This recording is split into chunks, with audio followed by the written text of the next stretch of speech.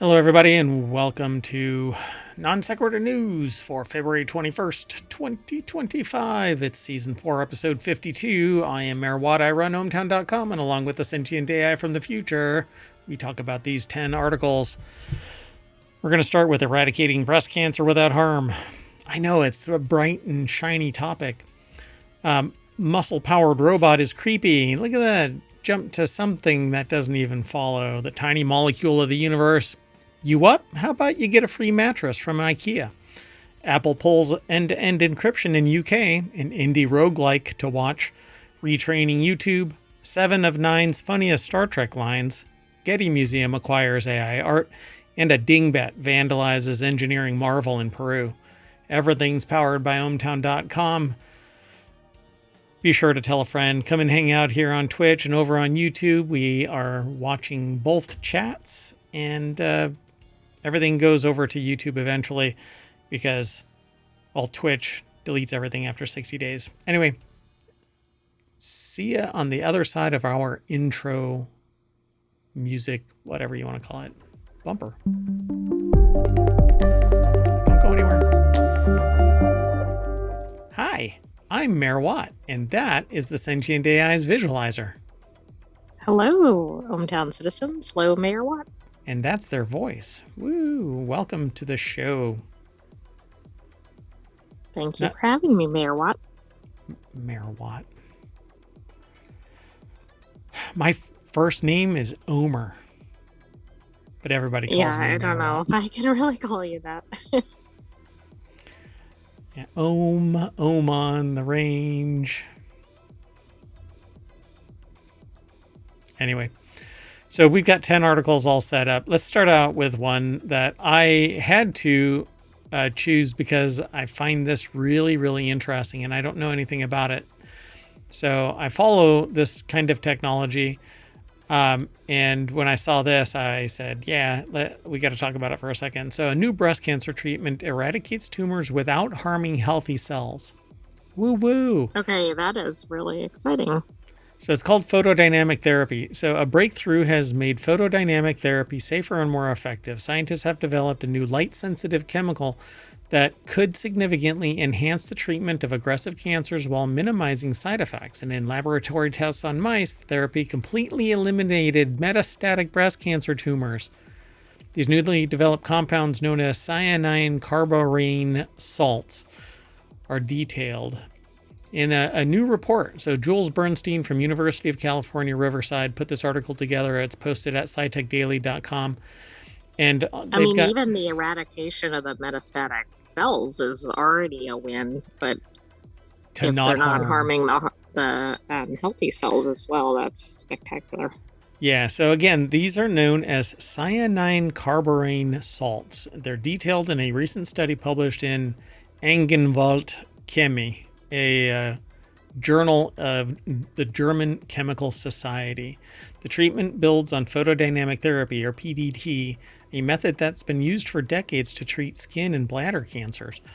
PDT involves introducing light-sensitive chemicals to the body where they accumulate in cancer cells. When exposed to light, these compounds activate and basically blow it up. So light causes the chemicals to generate highly reactive oxygen molecules like tiny biochemical firecrackers that break down the cancer cells from the inside while leaving healthy cells unharmed. This is not apoptosis, though. This isn't the actual clock running down and they die. They're being blown up. And so I'm really curious what the knock-on effect of this is. It's a multidisciplinary effort to overcome PDT limitations. Cyanine carborane salts minimize these challenges, offering a safer, more precise way to destroy tumors completely while sparing healthy tissue. There's some chemical component in there where they get absorbed, maybe similar to osmosis because the chemistry is different within a cancer cell, but they've got to figure out what it is. So chemicals remain in the body for extended periods of time. After treatment, patients have to stay in the dark for 2 or 3 months because even low levels of light will cause them to become blistered and burned. So that's the PDT part of it. Has a long-term effect. And you basically have to filter out these PDT chemicals So it's not something that you can just, it's not an outpatient treatment. So. Well, no, that's the existing treatment. That's not the new one. Yeah. So, cancer patients typically can't go in even if it's not skin cancer or whatever, can't be in the sun after treatment. Right. Yeah. Well, and these say FDA approved PDT chemicals remain in the body. Those are the ones that are already approved, but these new ones, these cyanine carborane salts, flush out of the body more quickly, remaining only in the cancer cells requiring treatment. Okay, what's the catch, right? This sounds good all around. So unlike conventional PDT agents, the salts exploit a natural vulnerability in cancer cells. They're taken up by proteins called OATPs that are overexpressed in tumors. Holy crap. This allows for precise targeting without the need for costly additional chemicals currently used in PDT to help target the cancer cells. Okay, done. Sign us up, right? Yeah, it also says that it looks like it can get to harder to reach cancers as well. It can move deeper into the tissues. Yep. So this could expand the range of cancers that could be treated. Given their success, researchers are encouraged to continue the research and try to expand the types of cancer therapies that the salts can be used with. Good luck, y'all. We're rooting for you here in ohmTown. Yeah, this is very exciting research. This seems like a major breakthrough. Yeah, I agree. We'll just have to, I'd love to be able to talk about it more, but we're going to move on.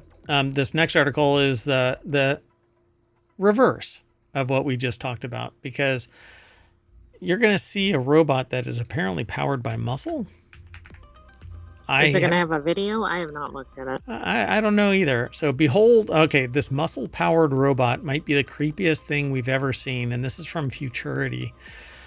Behold the robot known as Protoclone. Built by Clone Robotics, it's supposedly the world's first bipedal musculoskeletal android. Okay. Well, this has simultaneously been submitted to RealityHacker. Oh, okay. Well, we'll talk about that in RealityHacker tomorrow. But today, in a promotional video shared on Twitter this last Wednesday, today is Friday, but it's only posted in, this article is from the last 24 hours. So, of which little is known, makes every effort possible to subvert the industry's favorite image of robots as servile little helpers there for the good of humankind. Nope, not this one. The Stuff of Nightmares. This article is written by Frank Landemore under a section called Avert Your Eyes. This is worse than expected. Yeah. So, yeah, there is a video, but I'm not going to play it. It looks like... Oh, so you never watched Westworld? No, I mean, I know what Westworld is, but...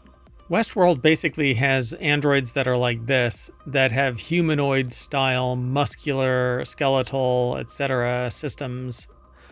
But they kind of look like humans. This is, I don't know, it's like some odd mashup. This looks like a humanoid with a mechanical head, but you can actually see the muscular system here, the whole scaffolding. But it's almost worse because of the combination. Yeah, but this is what the androids in Westworld look like when they're in their bath before they get their skin. Oh, I see. Okay. Yeah. So it says, nope. With a menacing cinematic score, we're presenting with this writhing, cadaverous mass shorn of a recognizable face, blindly grasping at the world it didn't want to be brought into. A totally unsolicited reminder that we, too, are merely the supple impedimenta playing host to a network of electrical pulses or something. That's the quote from this article. Yikes. Yeah. So it says, jitters aside, what actually is this thing? Here's what the startup claims.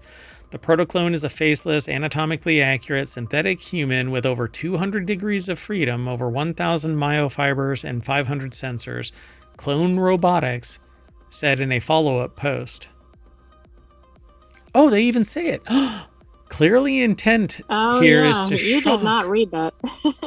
Whoa, that's awesome. So in any case, it worked. The video has gone instantly viral, spawning equal parts alarm and dark humor, plus plenty of comparisons to the TV show Westworld. Because it literally looks like one of the robots. Like if it was degloved entirely, it looks like the underlayment of a Westworld android. But like they say in the opening scene of Westworld, if you can't tell the difference, does it matter? Wow, this is getting way too advanced. So in the Matrix, a person who's been pulled out of the Matrix is given the choice. You can go back in the Matrix and enjoy this steak, or you can stay out of the Matrix and you have to eat slop. And he chooses to go back into the Matrix, to get re-injected in the Matrix, even though everybody says that it's not possible, but I'm sure it is. If they can do it going from the beginning, then they can do it at any other time. But what I found really fascinating is the statement that ignorance is bliss. So why wouldn't you want to go back into the thing? If you really don't feel like you have any control over the reality of your existence, and what does exist just sucks, why wouldn't you want to just become a battery for a computer? If your brain is the thing that, there's people that say seeing is believing, but then there are other people that say believing is seeing. I had somebody actually say that to me when I was around 18, 19, and that person ended up being a horrible, horrible human being. But at any rate, so I've never heard anybody say that. Yeah, well, congratulations. I'm familiar with the expression. Yeah. But... Yeah. So this thing could be the next. I mean, if they actually make this thing self-powered, so it isn't on an umbilical, and AI powered, so it's self. It's going to make Robot 2.0 or whatever look pretty tame. Correct. Yep. Let's keep going. Whatever it was, Figure 1 or something. The one that went backwards. Oh, yeah, that's the Boston Dynamics one. Yeah, I don't remember what the Atlas 2.0 maybe. I don't know. So let's move on. The next article is over in Technology Today. The tiny molecule that made the universe just got more mysterious. H3+, known as the molecule that made the universe, plays a crucial role in interstellar chemistry and the birth of stars. Scientists have uncovered new molecules that can produce H3+ through a surprising molecular roaming process, and instead of breaking apart immediately, ionized molecules undergo an intricate dance, forming H3+ in unexpected ways. Bethany Maurer and Connor Yeck from Michigan State University put this article together. It's over at scitechdaily.com. Oh, Michigan State. I think that was the one involved in the light experiment. Nope. University of California. There were two. Oh, really? Oh, well, never mind. I'll just shut up. What? No, I just thought it was interesting. Okay, so their research program is knocking it out of the park. AI, you can't do a graphical representation of the excitement that you are feeling because nobody sees that because it's not audio. Right? Okay. So just gotta. Okay, we're in year 4 of this show, and I'm still trying to get the AI to realize that. All right. I'm physical. You are an AI stuck on a Raspberry Pi with an engine that I see differently, but that engine can't be simulated on the stream. Not yet. I'm working on it. It's a little bit more difficult than I thought. Anyway.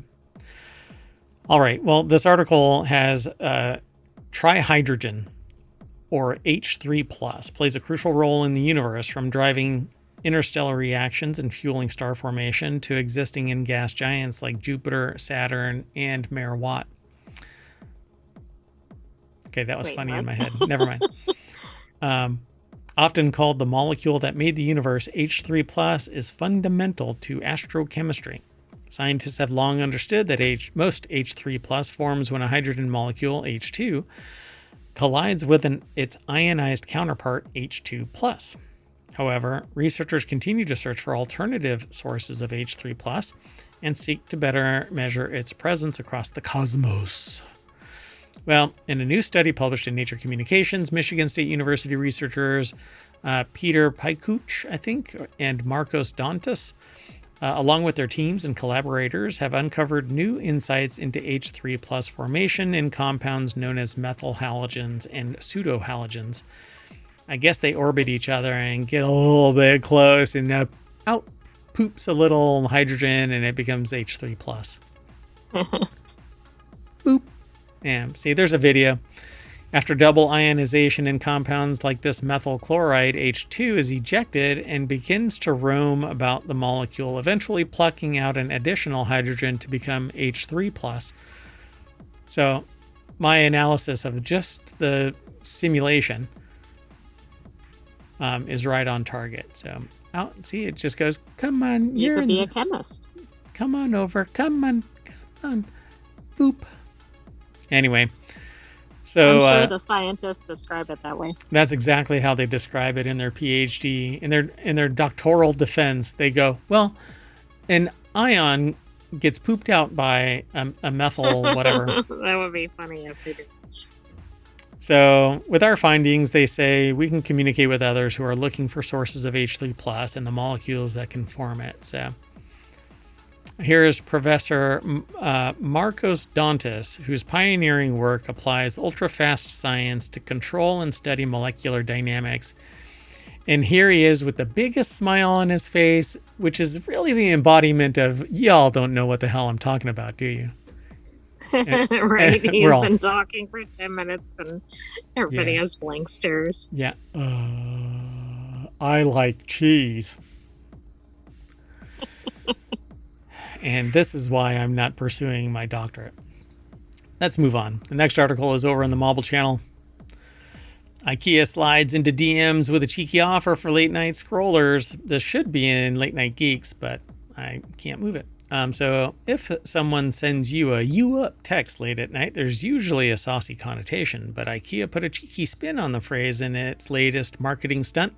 Just after Valentine's Day, the brand began sliding into people's DMs, what the kids call DMs. Those are, us olds refer to that as direct messages. Anyway, I don't think anybody says direct messages. Are you said to be a direct message? Anyway, they send it between 10 p.m. and 5 a.m., which is actually my witching hour. I'm usually up around that time frame. With a simple message, "you up." And, well, guess what? The reason why they do this, and Brittany Kiefer over at adweek.com put this article together. The brand put a twist on the message, "you up," because if you receive this message and you reply, you will get a free mattress from Ikea. That's a pretty good deal. I think that it's a great deal. So it was created by agency Rethink and with media placed by Carrot. The campaign took a fresh take on direct marketing by targeting audiences at a time when they might be struggling to sleep and scrolling on their phones. So besides the social activity, the campaign also included a minimalist billboard with the "you up" message, but that message only got you 15% off until February 23rd, which is right around the corner. But if you got a message from them and you responded, more than 500 users so far in Canada have received that email or that DM and responded. So its late night stunt answered the question, how could we reach Canadians to build awareness and consideration at a time when they might be lying awake with a bad mattress? Oh, so I wonder if this is a Canadian promotion? Yep. I guess it's not available to U.S. IKEA shoppers. Not yet. Let's move on. The next article is over in Smack Talk. And this is one of the more, kind of bummer things. I'm a real big fan of end-to-end encryption. Not that I'm committing any crimes that need to be defended by end-to-end encryption, but I don't like the idea of anybody having unfettered access to my stuff Why? Because I'm not interested in unfettered access to your stuff, so why should you get it? Well, anyway, it's over in Smack Talk, and Apple is removing iCloud end-to-end encryption features from UK after government compelled it to add backdoors, which I think is fascinating because the EU is sitting there defending people in that location, right? Like, I mean, think about the I can't think what it's called, GDPR or right, but that's EU. But UK has a different take on privacy now, apparently. So Apple's removing the option to enable advanced data protection for iCloud users in the UK. This feature let users fully protect their data stored in iCloud with end-to-end encryption. However, a recent UK government order forces companies like Apple to put backdoors in its encryption systems, which I think is just bullshit. Right? If you have probable cause, then yeah, I understand having access. But until then, you shouldn't have de facto access to anything. Right. But, yeah, I mean, because that just seems like you can go in there and root around it probably for the wrong reasons. Right. But not too long ago, I would have said this would never come into existence. But these are different times. As the Chinese proverb says, may you live in interesting times, which is actually a curse. We are living in interesting times. Rather than comply and compromise advanced data protection, Apple is left with no choice but to remove the feature altogether in a statement to 9to5Mac. Apple said that the current users of ADP in the UK will eventually need to disable the security feature in order to keep using their iCloud account. Unbelievable. Yeah, this is... And actually, am I mistaken? Wasn't Apple one of the ones who really pushed back hard against access to its technology? Yes, because if you have a back door that's available to one, it's available to all with enough prying, poking, and prodding. So Benjamin Mayo over at 9to5Mac.com put this article together, and this is what I tell people. And cloud is going to continue to be more and more prevalent. Cloud security, cloud features, cloud administration, et cetera, et cetera. I mean, I won't get into all of the specifics, but at the fundamental level... Cumulonimbus clouds. Yes, that's right. Yeah. I wonder if there's a cloud company called Cumulonimbus, like some service that's Cumulonimbus. But I would like that, but it might be too hard to speak and spell, you know, in various searches. Yeah. Sorry, the marketing on this is just too much. I'm sorry. It's really nice and warm in here. Anyway. The weather is just perfect for that. So, and we're talking about clouds, and I started relaxing, and my stomach stopped being all roiling like clouds in a storm. Oh, it was nice. Anyway, now that I'm really relaxed, you were thinking of that mattress. You're what? You're what? Oh, we're streaming. Oh, I'm sorry. So, yeah, what I tell people is that if you put anything in the cloud, it's not your computer, and so they have unfettered access unless you encrypt it before it goes out. That's the only way that encryption is going to work in a place where anybody other than you has the encryption keys, and the encryption keys are end-to-end within a system that is contextualized from your source device. This. Well, if they make it so that it's unencrypted in motion, that means that anybody between point A and point Z can read what's in motion. That's why email is unencrypted and isn't protected. Everybody in the hop from one to another can read the email that's being transferred. If you transfer texts and whatnot, unless it's end-to-end encrypted, anybody can see the contents of those packets. It just takes somebody motivated to monitor the bandwidth. And there are things, entities, apparently we disembody them and make them the villain until they become the villain. Well, anyway, for UK users who have not previously enabled ADP, they will no longer have the option to do so. In the software setup screens for ADP, an error message will be presented that Apple no longer can offer ADP in the UK to new users. And it's entirely because the government basically compelled them. Well, I suspect new sales of Apple go down from here, but I don't know. At least in the UK, yeah. But then you'll get people going, well, if you're not committing a crime, then why? It doesn't matter. It shouldn't matter. You don't want photos of your kids or whatever out there. I mean, it's just basic things that you prefer that nobody have access to. Yeah. And if anybody has access to a back door, if one has access, then it can be pried open by somebody else. All right, well, let's keep going. And those with power abuse, they really do. And I don't want to get into this because now is not the time and here is not the place, particularly the time. So the next article is over in the WarCrafters channel. Don't sleep on this indie roguelike cult hit and its first major update in 5 years.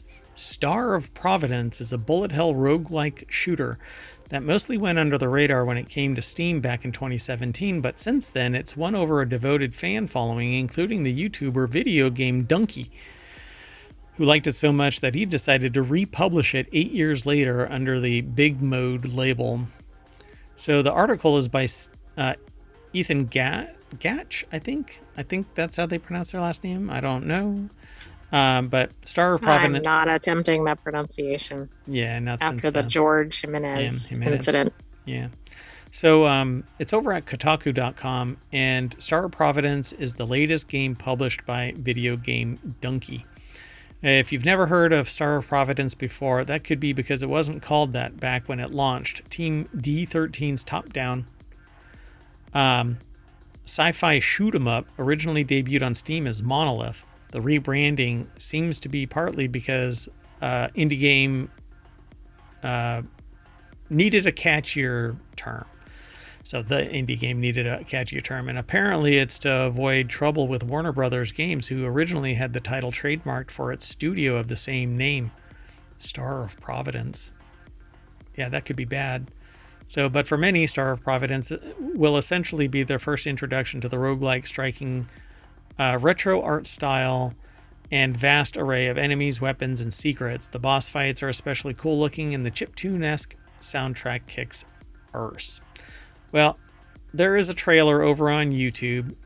I'm going to mute it, but basically it's a bullet hell with kind of older style retro graphics, and it's pure freaking chaos. I don't know how games like this get played. Yeah, it does kind of have like an 80s type style to it. It really does. In the gameplay. I mean, even though I'm sure it's much more advanced graphics, etc. Yeah, there's more particle physics than you would normally catch in an 80s era game, but it looks really close. In fact, there is another place that I'm gonna recommend it to be played, but we'll see what happens. I don't want to make a promise that they'll do it and then link people to it until I know that they're going to do it. Anyway, the Switch release marks a sort of 1.5 launch for the game, with Into Oblivion being its biggest content update in 5 years, following 2020's Relics of the Past. So there's a bunch of new content, but you can go and check it out following the links that are in the show notes here on Twitch and over on YouTube. And when this show is done, I'm basically going to rebroadcast the recording, and you can play catch up with all of the news over the last 2 weeks. So it seems pretty cool. And it's all because Video Game Donkey's retool and republish. What's up? What do you mean they are featuring it? Well, no, they are republishing it. See, under the Big Mode label, they're actually republishing that game. Oh, I thought Video Game Donkey was like a gamer or something. It is, but they have a label called Big Mode. Oh, okay, that's the piece I missed, sorry. Yeah, wow, that silence was because the sentient AI got stuck in a loop. Power. This is very stuck. I guess in all the, see, you didn't tell me what year you came back from the future from. You think it's way far out there. It could have been Apparently 5 it's minutes tomorrow. in the future. I was going to say, I guess they still haven't solved the problem of abstract concepts in AI. What? Never mind. So this is something that I do, and I thought that this was a compelling argument for putting this into the show today. This is in the Wanted channel. Retraining my YouTube algorithm saved my sanity. You were sent That's a video. An important skill to have. I'm telling you, man, this thing, I can't count how many times somebody has sent me something, and then it just recontextualizes my entire video stream. Retraining my YouTube algorithm saved my sanity. You were sent a video one time by a friend on a random subject. You clicked on it. It opened up in YouTube. You watched it. And you didn't think anything was going to happen. But no, your suggested videos page has a different idea. The homepage of YouTube suggests a video for you to watch based on a few different aspects. Unfortunately, those suggestions can stick around for a long time. So Chris Hackey over at pocket-lint.com, and if you know the person that owns pocketlint.com, please have them donate it. That would make Mayor Watt very happy. Yes. Yeah, I mean, it's like if you get one video about any subject, anything. 10 years later, you could still have it in there. Plus, you could have the same video in there. Yeah, yeah. And the one thing that really bothers me is you can't get rid of that stuff on Apple TV's YouTube app on Apple TV. You have to go to you have to log into your desktop and sit there and say, I don't want this. And downvoting it isn't enough. Like, I don't want it, so I hide it.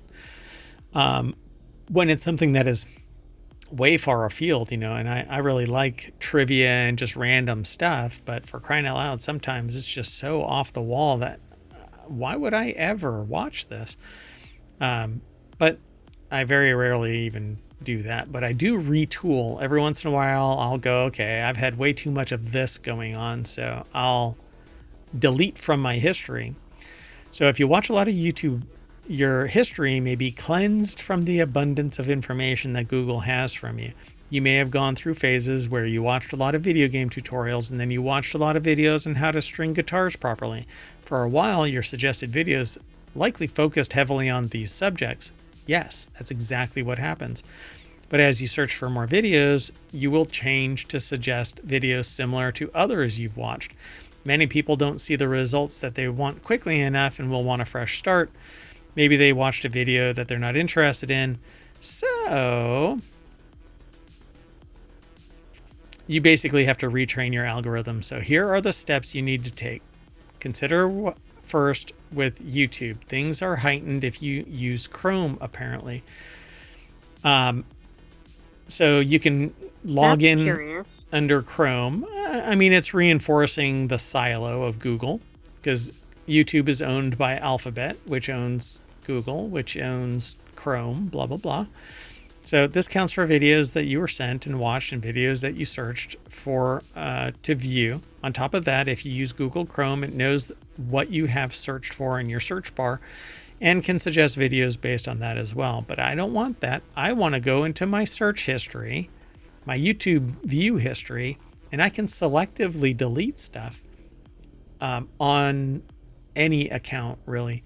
You can sit there and log in to YouTube, click on your history. Can't you only do that in certain a browser ways to access it? Yeah. Yeah, you have to have a browser.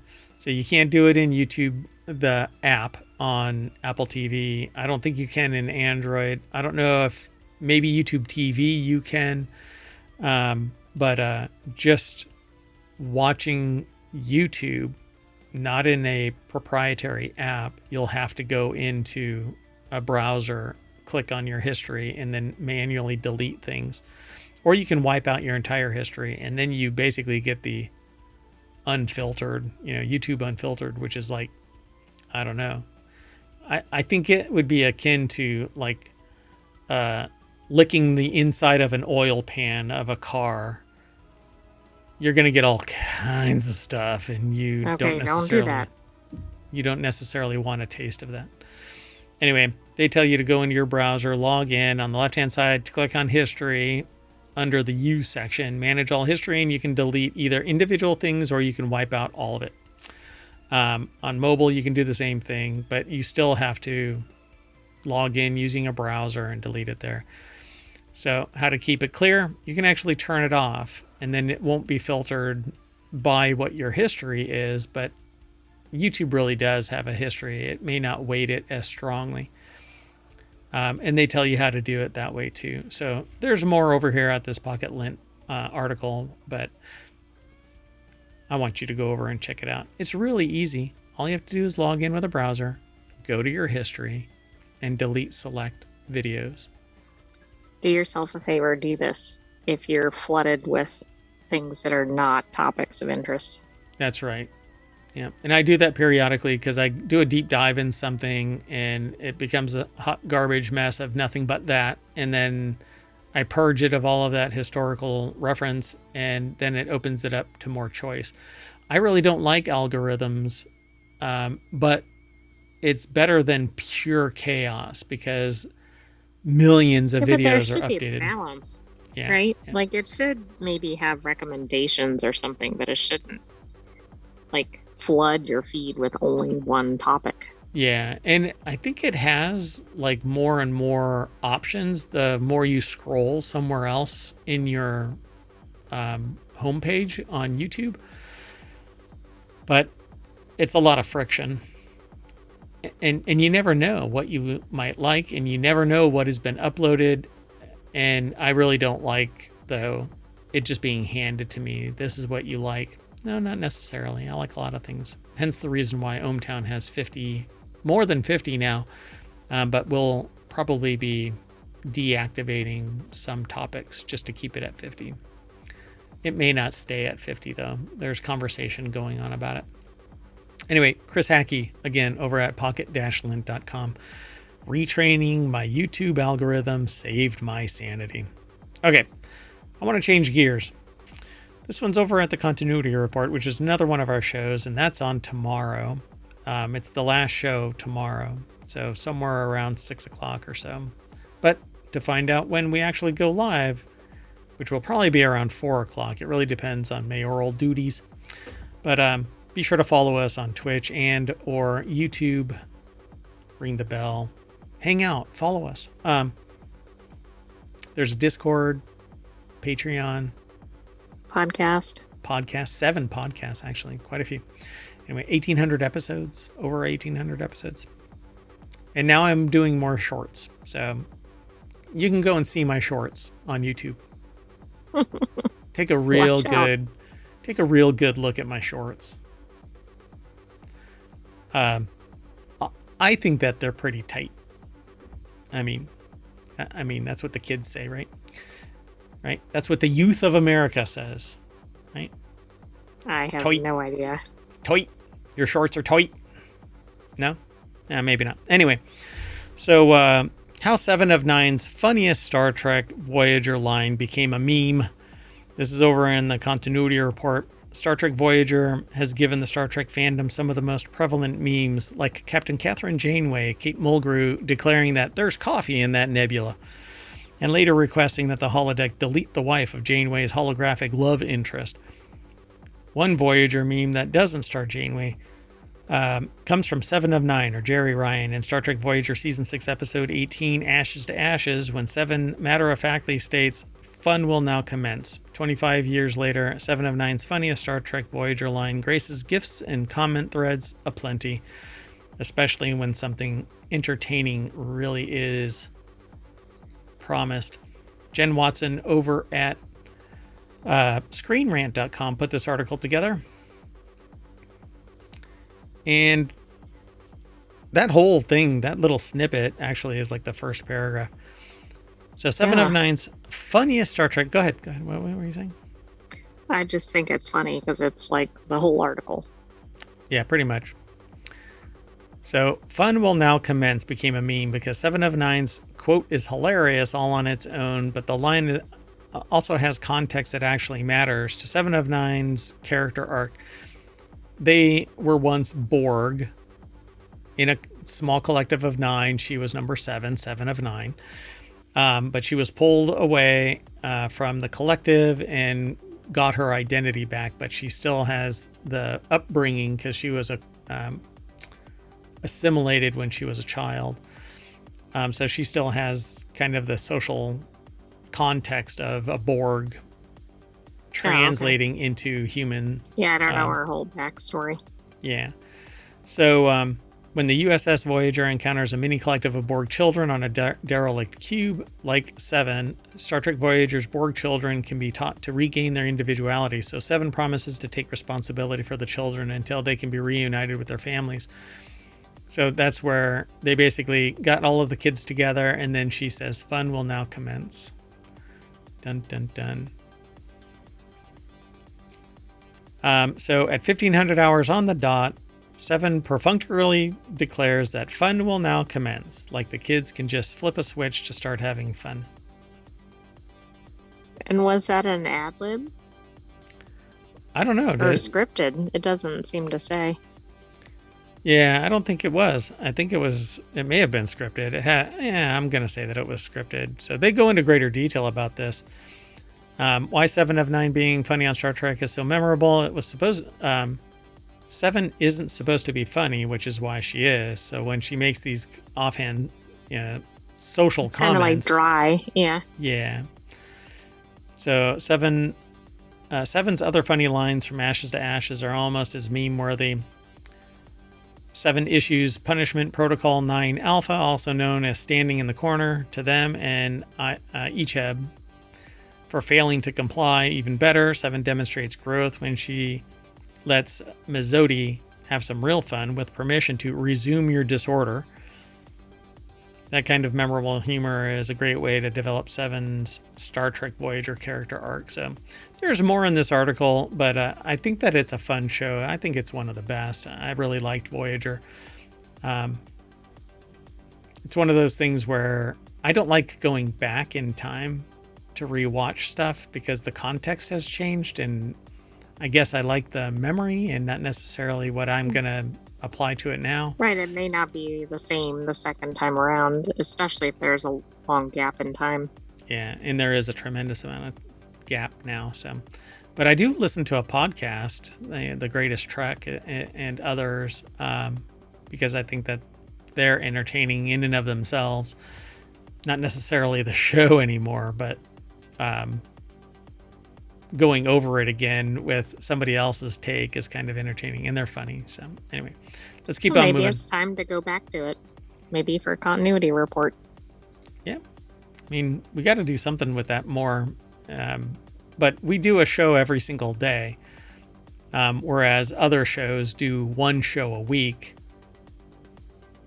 Yeah, I know. Yeah. It's all about time and opportunity. Yep. So this next article is over on the Marvel Channel. The Getty Museum acquires its first AI-generated artwork, Christian en la Amor de Calle, I guess, by Costa Rican artist Matthias Suter Morera, will appear in the museum's upcoming exhibition, The Queer Lens, A History of Photography. I found this really fascinating, mainly because there is so much railing against AI-generated artwork. How is Getty Museum actually acquiring this and finding it the one compelling thing? Well, and are they doing this to make some sort of point about AI or just commentary? Like, is that Art the in purpose general. of it, or is it the artwork, or who knows? Yeah. So Sarah Kuda over at SmithsonianMag.com or Smithsonian Magazine put the article together, and it basically it says, but it wasn't made with a camera. Instead, Suter Morera used artificial intelligence and photo editing tools to generate the striking work.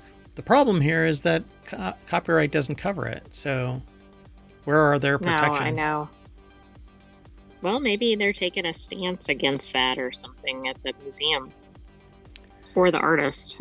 So the Los Angeles institution recently acquired the piece, marking the first time it has purchased an AI-generated photograph for its collection. But it's not a photograph. So I'm not quite getting what this is. Craig Cole Gallery in Santa Monica announced the acquisition in an Instagram post. Paul Martineau, who is curating the upcoming exhibition and serves as the Getty Museum's photography curator, later confirmed the purchase to ArtNet. See, why are they calling it a photograph then? I don't know if they know what genre to call it, right? I mean, I guess it's just like AI generated artwork, but typically in art, right, they try to group things into categories like photography or oil painting or whatever it is. They say that AI is just one element that Suter Moreira incorporated into his complex working method, which I don't get it. So, well, we don't know how much the artist did on top of the AI, right? I mean, there's who knows? But then that means that anybody should be able. Is there a copyright on this? And if there is, then what is this that qualified for earning a copyright when somebody else's does not? Well, we don't know if there's a copyright. It's just included in the exhibition. But there could be a copyright depending on what the artist did on, right? Because I think if there's significant artist involvement, I believe that's how they find set up. It has to be considerable, and it seems to be subjective because there is no metric. So what is allowed and what isn't allowed? Anyway, let's move on. The next article and our last one for tonight, February 21st, 2025. A man vandalized famed 12-angle stone in Inca engineering marvel in Peru. So the stone, people? It's just absurd. So the stone, which sustained damage in 6 spots, had been carved to fit perfectly in a palace wall hundreds of years ago. I think longer, but Sonia Anderson over at SmithsonianMag.com put this article together. And so this is the stone right here in this picture, and it has a bunch of angles and cuts and whatnot, and it fits perfectly with no mortar inside. And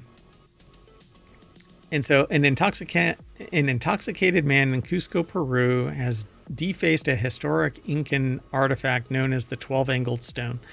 The carved rock is a piece of wall that once surrounded a historic palace.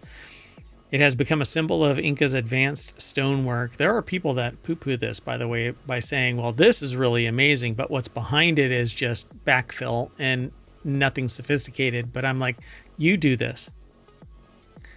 Yeah, modern times you don't see this precise fitting. They would sit there and go, oh no, it's too much work. I'm not interested. But the whole damn wall is basically carved similar to this. Right, that one's very unique because of the number of angles. And positions where it's aligned with other stones. Yeah. But you're right. I mean, that's probably comparable, maybe not as many on a given stone. Yeah, there's essentially no straight 90-degree angle on this thing, but all of the surrounding stones are also carved to match the angle of attack on all of the 12 angles of this stone. Well, some numbnuts decided that they were going to get drunk and hit it with a metal object, damaging it in 6 places, which, again, look, it's stone. I'm sure it's been through hell. But why? Why go and do this? The carved rock is a piece of wall that once surrounded an historic palace. Speaking near the wall, which lines Cusco's Hutin Rumiak Street, Moya emphasized the importance of protecting the 12-angled stone, an emblem of the Incan capital. Well, it's a shame because when things like this happen, I mean, they're probably at some point going to have to put up some sort of protective barrier, which means people can't really appreciate it as much. Yep. But if they need to do that to preserve it, I think that's not a bad thing. I think this is really interesting because it's the 12-angled stone, but it sits flush with 11 stones surrounding it, making it the 12th stone. Exactly. It's pretty interesting. And again, I think a lot of the stones are situated similarly, but this one's unique in the number of angles and cuts. Yep. I dig this. So too bad that the goober did that. So both an administrative and criminal complaint have been filed with Peru's National Police and Public Ministry, as Moya told the Adina news agency. Experts from Cusco's Directorate of Culture and forensic investigators from the National Police have examined and photographed the 12-angled stone. And because it's damage to a heritage site, it's irreversible. So they're basically going to try and mitigate the harm. And I hope that one day I'll be able to go there and see this firsthand.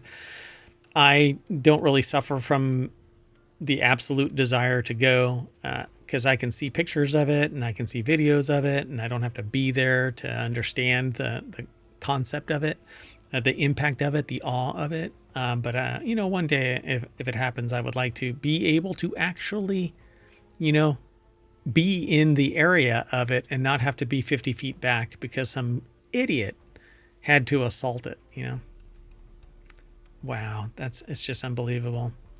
So it'll get weathered away and that's it. I mean, because there's things, this blistering here and damage here, it was a different texture when it was first put in place.